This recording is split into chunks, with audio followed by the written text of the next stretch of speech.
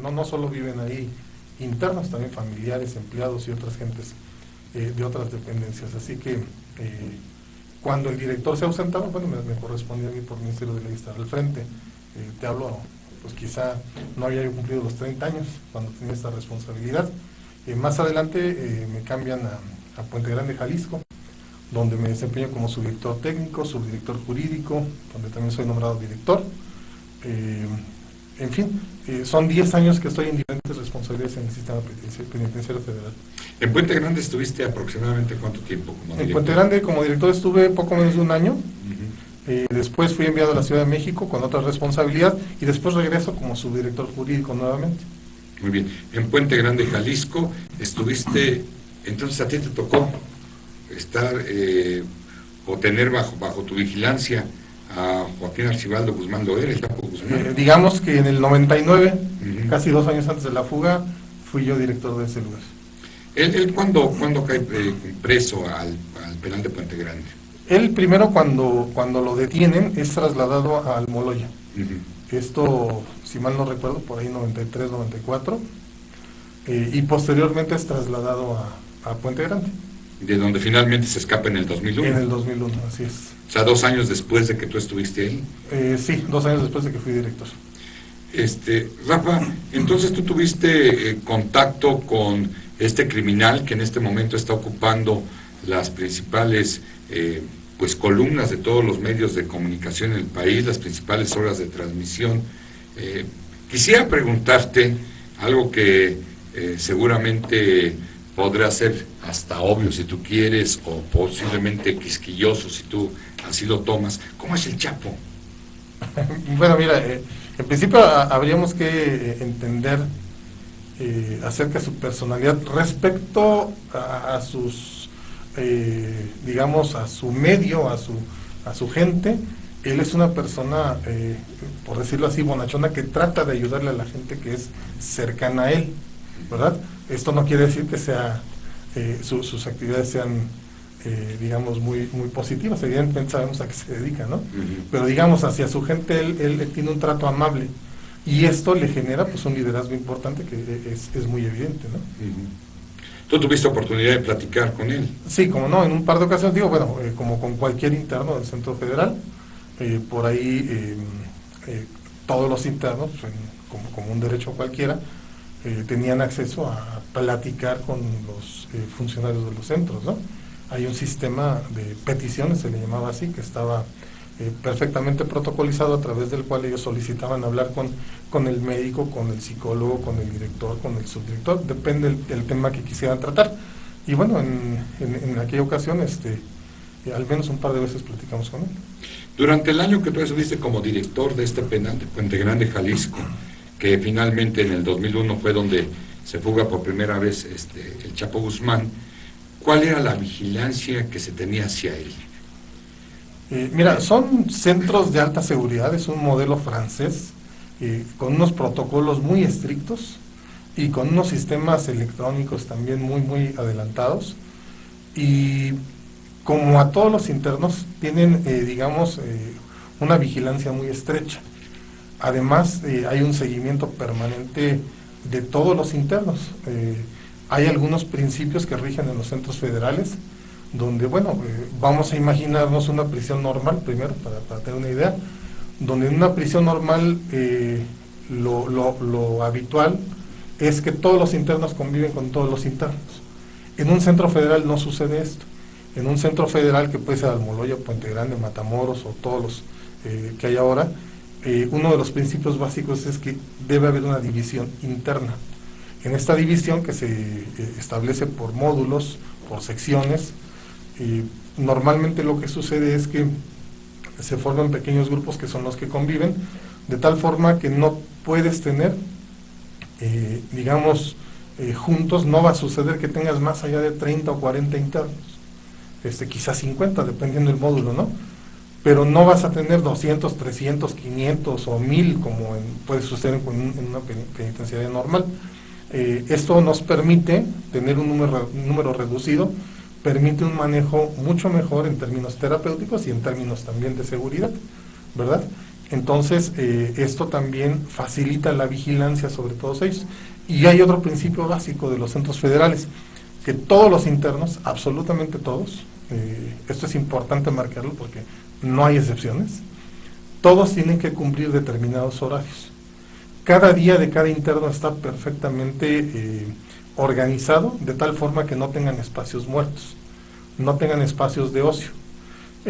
Entre las actividades deportivas, educativas, recreativas, entre la parte que van a la escuela, una parte laboral, la parte donde quizá les toque recibir alguna visita, hacer alguna llamada, la parte de las comidas, la parte de su aseo personal, digamos, todo está perfectamente programado, de tal forma que siempre, la autoridad siempre sabe qué es lo que está haciendo un interno, porque hay un programa establecido, ¿verdad? Entonces todo esto es parte de la seguridad y de los protocolos que rigen los centros federales. Muy bien. Yo sé que hay muchas cosas que no se pueden decir al aire y no se pueden decir de manera pública porque precisamente por eso son centros que incluso tienen por ahí de manera muy hermética la cuestión y el acceso, o sea, a cualquier ciudadano común. Pero lo que permea de repente en la sociedad es de que existen ciertos privilegios. ¿Hay privilegios para algunos internos?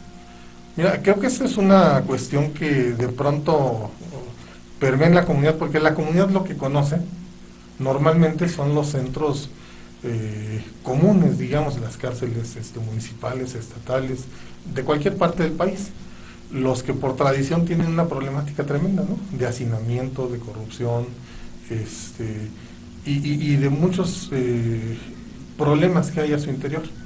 Eso es lo que normalmente permea el conocimiento de la sociedad. Los centros federales afortunadamente no son así. Te comentaba hace un momento, los centros federales tienen protocolos muy estrictos de seguridad. Y además no son conocidos, ¿no?, por la gente. Digo, salvo que tengan ahí algún familiar, pero digamos que aún así, aún con todo y eso, digamos, alguien que va de visita a un centro federal, un abogado o un familiar, pues tiene acceso solo a un área específica, no a las áreas donde están los internos. Entonces, digo, normalmente se corren muchos rumores, pero la realidad es que los centros federales son de una vigilancia muy estricta y no caben privilegios.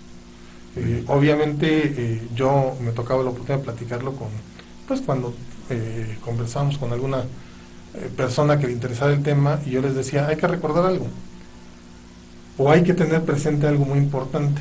Los centros federales son de alta seguridad, no solo para los internos, también para quienes hemos laborado ahí. Es decir, también quienes laboran ahí tienen que seguir ciertos protocolos de seguridad, ¿verdad? Entonces, por eso es muy complicado que se lleguen a dar privilegios, ¿no? Digo, no creo que sea tampoco imposible, pero francamente es muy complicado. Hay mucho control sobre ello.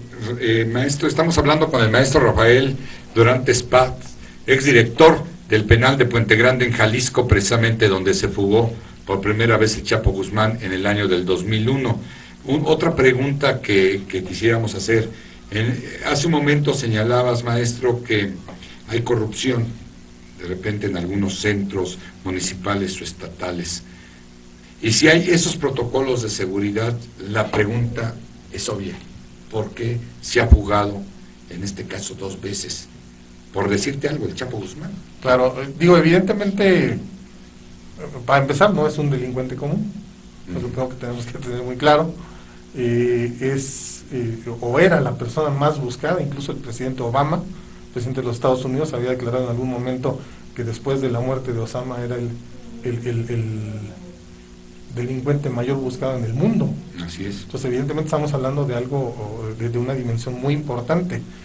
Y como te decía, dentro de los centros federales, si bien es cierto, es muy complicado que se den algunos privilegios, también lo es que alguien se fugue sin tener algunas complicidades. Evidentemente existieron complicidades.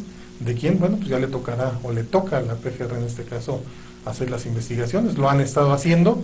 Yo entiendo perfectamente que de pronto no los den a conocer a la luz pública, pues por evidentes razones de seguridad y de secrecía de las investigaciones, pero de que debe haber complicidades para que se den unas fugas de esta naturaleza, las hay. Es imposible que se dé de otra manera, ¿no? Y están consignados algunos. Sí, así es, están consignados algunos. Entiendo primero porque faltaron a sus responsabilidades, algunos porque facilitaron algunas cosas, otros porque dejaron de hacer su trabajo. esto es algo que la PGR pues sigue investigando, ¿no? Hasta donde sé, no han cerrado ese capítulo. ¿Y de qué manera poder evitar esto? Estas complicidades, pues actos de corrupción, vamos a llamarles así. Claro, mira, yo creo que aquí tenemos que pensar para alguien como tu servidor que ha estado mucho tiempo en este sistema y que además me gusta, déjame decirte que me gusta mucho, que es digamos, una de mis pasiones, el penitenciarismo. Quiero comentarte que creo que en este momento tenemos una posibilidad, o el gobierno federal tiene la posibilidad de hacer algo por el sistema penitenciario. Sabemos que no había esa capacidad o no se quería tener esa capacidad. Sí, porque del 2001 al 2015, que lo atraparon en julio, así es. Pues pasaron 14 años, ¿no? Así es, pasa ese tiempo que tú dices, ¿realmente lo estaban buscando o hacíamos como que lo buscábamos? No lo sé. Lo que sí queda muy claro hoy es que el gobierno se determinó a atraparlo y pues ya dio el resultado, ¿no? Pues son 14 años, Rafa, es un lapso de tiempo considerable, muy considerable, y son varias cosas. Si me permites, te vamos a seguir invitando. Pero Rafa, tú eres una persona que siempre te hemos admirado, siempre te hemos respetado. Gracias. Y pues obvio, habrá algunos otros temas, no solamente que en este momento ocupa la atención de la opinión pública. ¿Algo más que quieras agregar? No, pues solamente agradecerte y evidentemente aplaudir el resultado del gobierno federal. Creo que se sacude mucho la presión social que había en este sentido, en que se dudaba de su capacidad y hasta cierta forma, ya sabes que en la calle a veces somos muy dados a especular, que si había complicidades, que si se había permitido salir por algo, no sé, cualquier cosa de esta naturaleza. Creo que para el gobierno federal es muy importante esta recaptura porque da una señal muy clara de que quiere hacer las cosas bien. Muy bien, pues muchas gracias al maestro Rafael Dorantes Paz, próximo doctor en política pública, ¿no decías? En política pública, un hombre que estuvo más de 10 años trabajando en el sistema penitenciario federal y que el día de hoy nos habló acerca de la recaptura del Chapo Guzmán y todas las implicaciones que hay alrededor de ella. Vámonos a una pausa y regresamos en unos breves minutos. Gracias, Rafa. Gracias, Diego. Un saludo a todos.